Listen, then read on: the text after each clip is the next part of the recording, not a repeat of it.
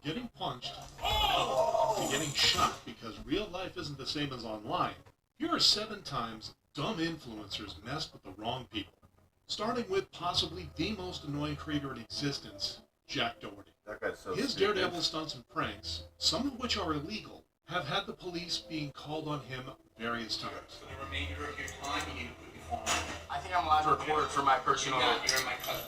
Jack's behavior during his streams grew increasingly disturbing with his move to Los Angeles, eventually leading him to getting involved in serious situations with his fellow influencers.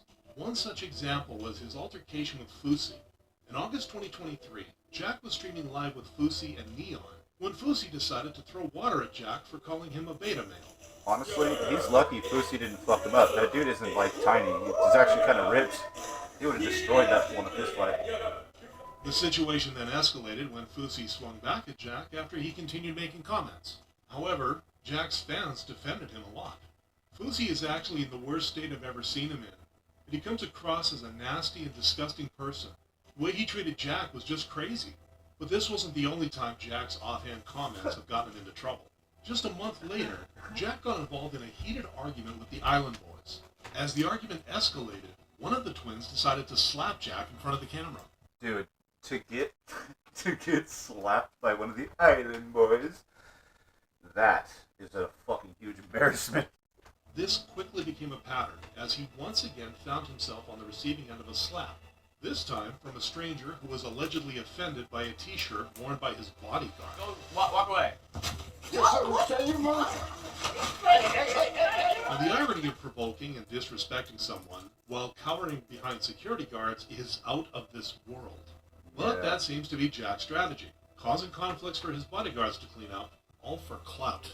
Having a bodyguard to defend your battles after starting them is the most small man syndrome thing I can think of. True. And while Jack is at least aware that he's annoying and picks on weak targets, the same can't be said about Neon, who got reality checked much harder than just a slap.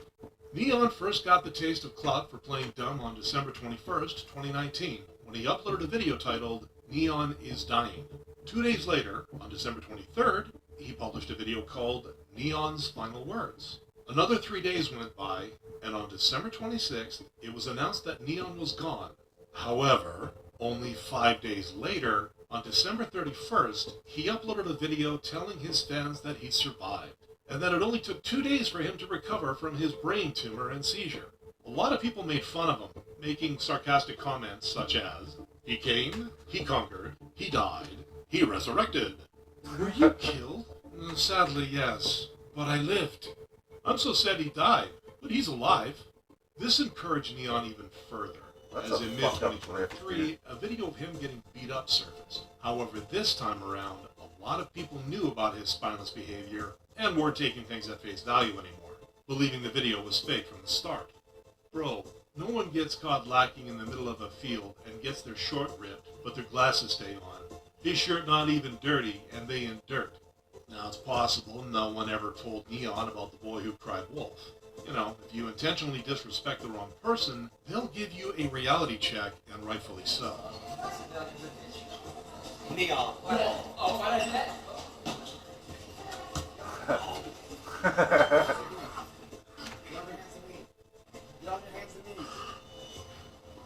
Get on your You Arabian psychopath. Take it, bro. Oh my god. Alright. Oh my heart. But this wouldn't be the only time someone taught Neon a lesson. This just goes to show that when it comes to a fight, it's really not all about physical strength or being outnumbered. You either know how to actually fight, or you don't. There's also a chance that Neon's just a marketing genius being a decent actor in his live streams. But even when going over the top, he can't match the toxicity of Jerka, a creator so vile Twitch permanently banned him from appearing on their site.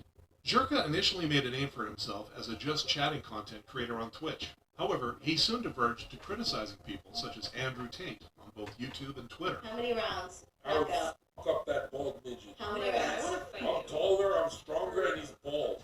These guys are pathetic, no genuine burning desire from any of the women. While at the same time promoting even worse ideals on top of glorifying drug usage. I got money, so I get executive. That doesn't kill me. He also often talks What? about the Earth being flat and many other Fucking conspiracy retards. theories. The Earth's not If flat, the Earth's dude. a globe, the Bible's not real.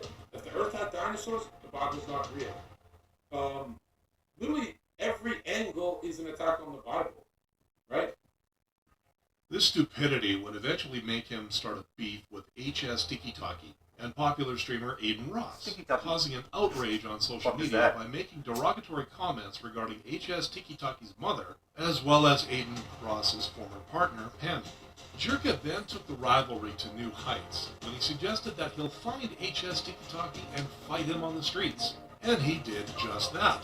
Oh, boys. Boys! Boys! What the fuck is wrong with these people? Chill!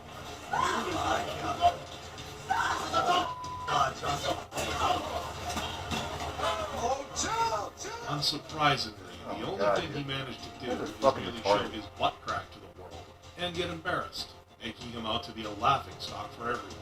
Jirka is the literal definition of the loudest in the room is usually the weakest. Yeah, pretty much. Jirka has the Like a agility big of an chihuahua. armadillo and the balance of a toddler.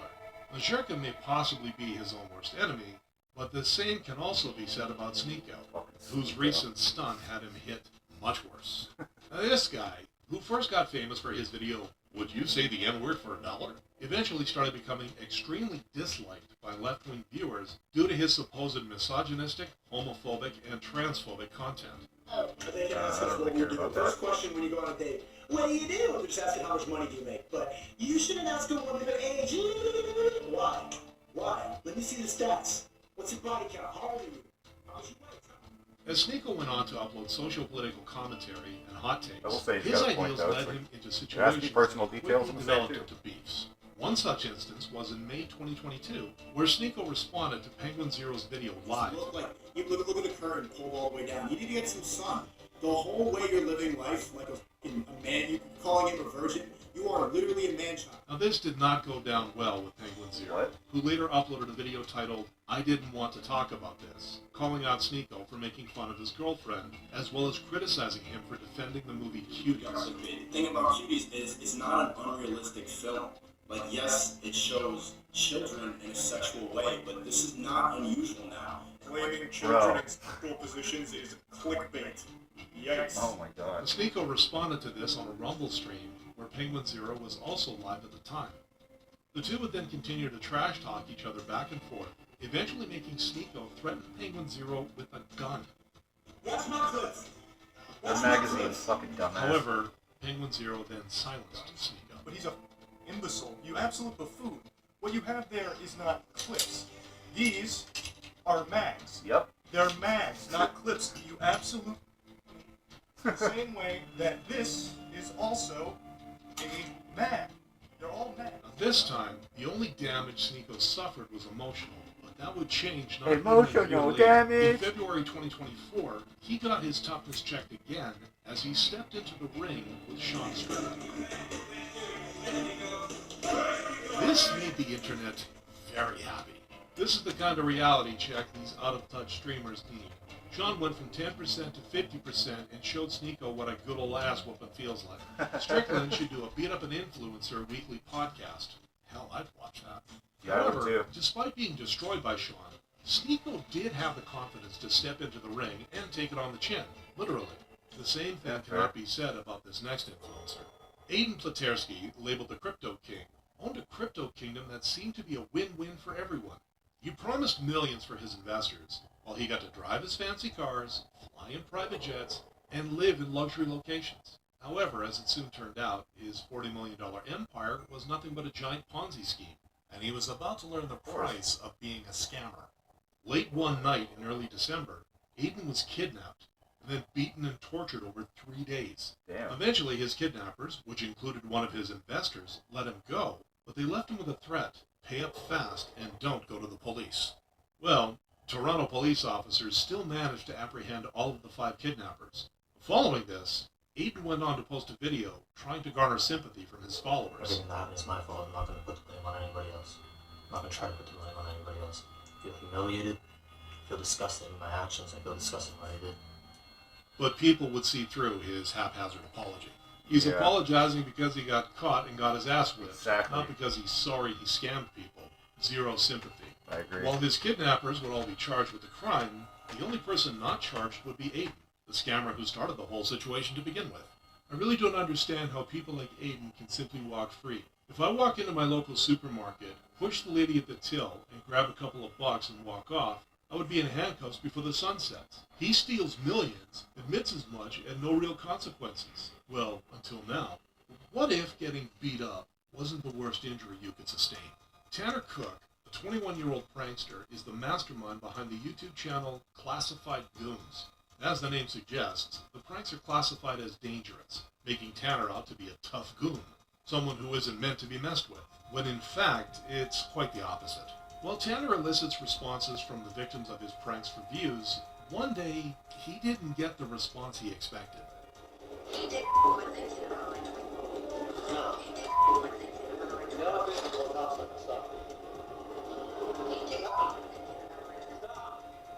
Invading someone's personal space and then refusing to leave them alone after they tell you numerous times leaves you with one option. You're going to get dealt with by a person who has been pushed too much.